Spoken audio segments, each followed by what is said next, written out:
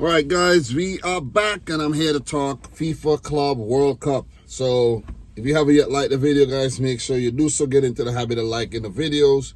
As I said in previous segments of me talking about the Club World Cup, right now I'm not doing match reactions. You know what I mean? Maybe I'll save it for the knockouts because the group phase, the reception has been very, very poor. You know, a lot of people are not really interested in the Club World Cup, it seems. So I'm not going to go super hard and then nobody watches the videos. You see what I'm saying? Like when I did the preview, the predictions for yesterday's games, nobody watched, nobody cared. You see what I'm saying? So let's basically talk about those games from yesterday. Where's my book? All right, let me find my book so I can just refer to those predictions really quick. So yeah, put it all into context. Well, I didn't make predictions for today's games though. Yeah, I'm not going to make predictions for today's games. It's all right. So I predicted Palmeiras to beat Al Ahly 2-1, and they did defeat Al Ahly 2-0. I'm not going to get into all the details and everything in this match. I think there was a weather delay as well in this game, if I'm not mistaken. And I predicted a draw between Inter Miami and Porto, but Inter Miami went on to defeat Porto 2-1. I predicted Atleti to beat Seattle Sounders 2-0. They defeated Seattle Sounders 3-1. And I predicted PSG to smack Botafogo 5-1. But that was a horrible prediction because Botafogo went on to defeat PSG 1-0. So it was a great day for non-European clubs. In Inter Miami beating a team from Europe, and Botafogo beating a team from Europe, and Palmeiras beating the team from Africa. So great day for the Western Hemisphere, not so much for the Eastern. So Palmeiras Al Ahly, 2-0. In this match, we had an own goal by Abu Ali in the 49th minute, and Lopez scored in the 59th minute there for Palmeiras.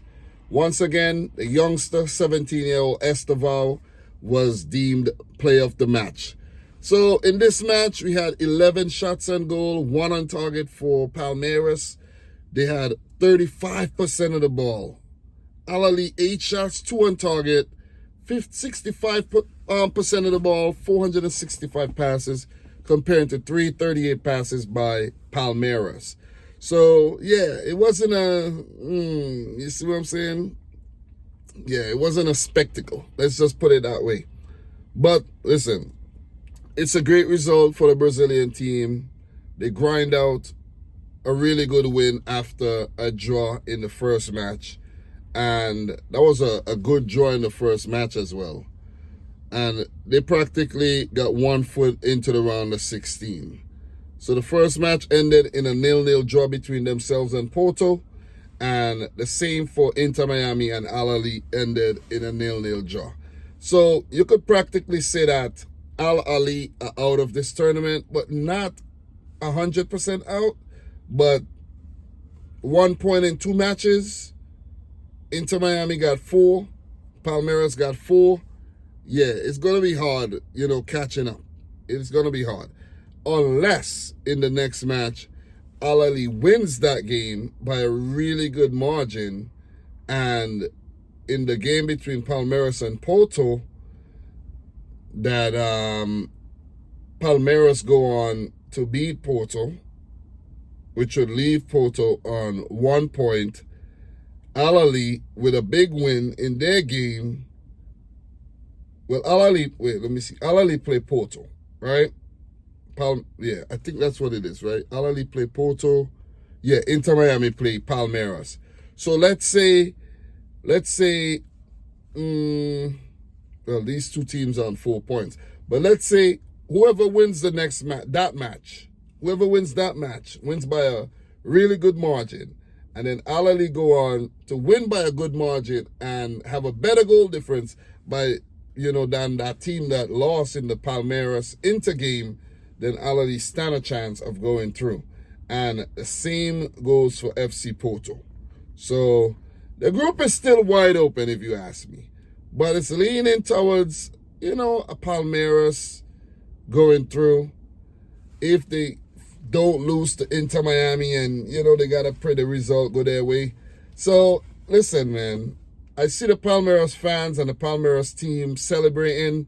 Maybe they're just confident that they're going to go through, or they're going to get a great result against Inter Miami. But with Messi in that team, nothing is guaranteed, man. Let me just put it out there. Nothing is guaranteed. So, yeah, pretty much. Let me see. I predicted the standings to be Palmeiras, Inter Miami, Porto, and Al Ahly. Let me see the Club World Cup. Let me go back. Standings, Group A, Palmeiras, Inter Miami, Porto, Al Ahly. So my predictions were on point. People are just sleeping on me, man. You know what I mean? People are just sleeping on me. But I think I took a little long to talk about that one match. But the next match, let's talk about Inter Miami defeating Porto 2-1. And guys, I watched all of these games, either partially or the whole thing. But I'm not going to talk about every single detail, because for me to do that, I have to write it down. I'm not going to remember everything. But Samu Amoradian scored in the 8th minute for Porto. And it was looking all nice and rosy for them in the first half with that lead. They went into the second half, and I wasn't watching the game, and then I tuned back into the game, and then I'm like, whoa, Inter Miami 2, Porto 1, and then they held on, ended up winning the game. That was massive. Segovia in the 47th minute, and then a magical direct free kick by no other than arguably the greatest player of all time, Lionel Messi. Exquisite. What the tournament was actually waiting for. For an upset, for, David to kill Goliath, even though we have a Goliath represented a David. You get what I'm saying? A giant in the Inter Miami team. And that's what the tournament was actually calling for. Not the one-sided matches where we're like, yeah, that was predictable. Yeah, we knew that was going to happen. No. Inter Miami actually stunned Porto. And I don't know if their manager is going to last after this tournament. I think his name is Anselmi or something like that. Yeah, Anselmi. Don't know if he's going to last, because they're going to be like, yo, they didn't win the Portuguese League last season. Come to the Club World Cup, embarrass yourselves, and yeah, not looking good. Not looking good for them. So, big win for Inter Miami. They put themselves in a very good position to qualify for the round of 16. As I've said previously, talking about the last game, it's still wide open. But it's leaning towards, right now it's leaning towards the Inter Miami going through, with Palmeiras. But with Porto playing Al Ahly, anything could happen. Porto could bounce back. Al Ahly could bounce back, because right now, guys, the goal difference, Al Ahly have a -2. If Inter Miami lose to Palmeiras, they're going to go into minus. If Al Ahly win, they might go up into positive. And the same goes for Porto. You see, so the group is wide open. With Palmeiras on +2 goal difference, they, it's more positive for them that they might actually go through if it comes down to goal difference. So if they lose their match. So, and lose by a smaller margin, and Al Ahly wins. So, permutations, man, permutations. So, last set of games are going to come up, and let me let you guys know when those games are coming up. Inter Miami will play Palmeiras on Monday, the 23rd of July, and Porto will play Al Ahly on the same day. So, guys, to move on to the next set of matches, I want to stay consistent. I was thinking about, just stop talking about this Club World Cup stuff, you know what I mean? It's not worth it. Nobody really cares, especially my audience. They don't care. Why am I doing this? Well, guys, my team, Man City, are in it. What if I don't talk about it and then City go on to win the tournament? It won't look too good, right? So Seattle Sounders 1, Atletico Madrid 3. I didn't watch this game. Pretty much just tuning at the back end. So I'm just gonna run through the goal scorers. Pablo Barrios, I think, is his name Pablo? I'm not even sure. Is his name Pablo? Is his name even Pablo? It just looks like a Pablo to me. Yeah, I don't even know, man. Let's just call him Barrios for now because I can't click this thing. So Barrios in the 11th minute, Axovitz in the 47th. Seattle Sounders pulled one back to Rusnak in the 50th, but soon went further behind when Barrios scored again in the 55th minute. So give it up to Barrios, man. Played out the left midfield or left wing and scored a brace. Atleti losing big in the first match to PSG. Bounced back big time in this game with a really good victory of their own. And ironically, PSG lost their game.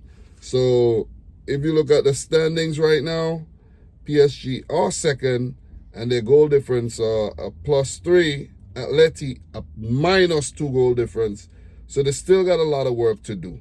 But, you know, the ball is in PSG's court, even though they lost their game to Botafogo. So that was a big, big win for Botafogo, man. The South American champions.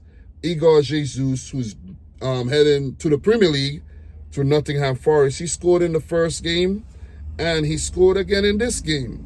So they only had 4 shots at goal, 4 on target. It was a defensive clinic on the day. PSG 16 shots, 2 on target, 75% of the ball, and couldn't breach the Botafogo's defense. Look, PSG did rotate. They brought in Zaire Emery. They brought in Beraldo. They brought in a few players. It looks like, let me see who else. Mayulu started. You know, so Gonzalo Ramos has been dog shit. So, yeah. Listen. It was not a great performance by PSG, but you could say it was a magnificent performance by Botafogo, and they would walk away feeling like really good here. Really, really, really good.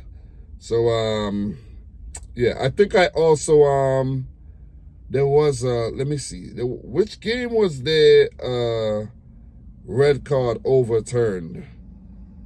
Was it this game or an earlier game? Because I remember there was a red card and the freaking, I think Anthony Taylor, was it this game? And the guy was actually cursing out the referee. It might have been this game though, not sure. Can't remember. My memory is not that great. It might have been this game though. Let me see. It might have been this game. Who was the referee in this game? Let me see. I don't even know, man. I can't even remember. Seriously. I can't remember. But a player was given a red card in one of these games. Might have been an earlier game though, you know. Anthony Taylor just reversed the decision using VAR. I said I wasn't going to go into all the details and stuff, but that definitely happened. But when I think about stuff like that, it definitely bothers me. I'm like, damn, which game was it again? Damn. Might have been another game. Might have definitely been another game. Damn. I can't remember. Anyways, not that important. What's important is that Botafogo picked up a big victory and Inter Miami picked up a big victory. And these are definitely upsets. Underdogs going on to win against the team favored to win. So guys, don't want to drag this out any longer. You know, Benfica play Auckland City today. And in the other games, that might be a big scoreline again. Flamengo play Chelsea. LAFC play Esperance de Tunis. And Bayern Munich take on Boca Juniors at 9 p.m. Eastern time, New York time later. That's going to be a good game. Could we see another upset, guys? Could we see Flamengo topping Chelsea? Damn, that's going to be a good one. That is indeed going to be a freaking good game.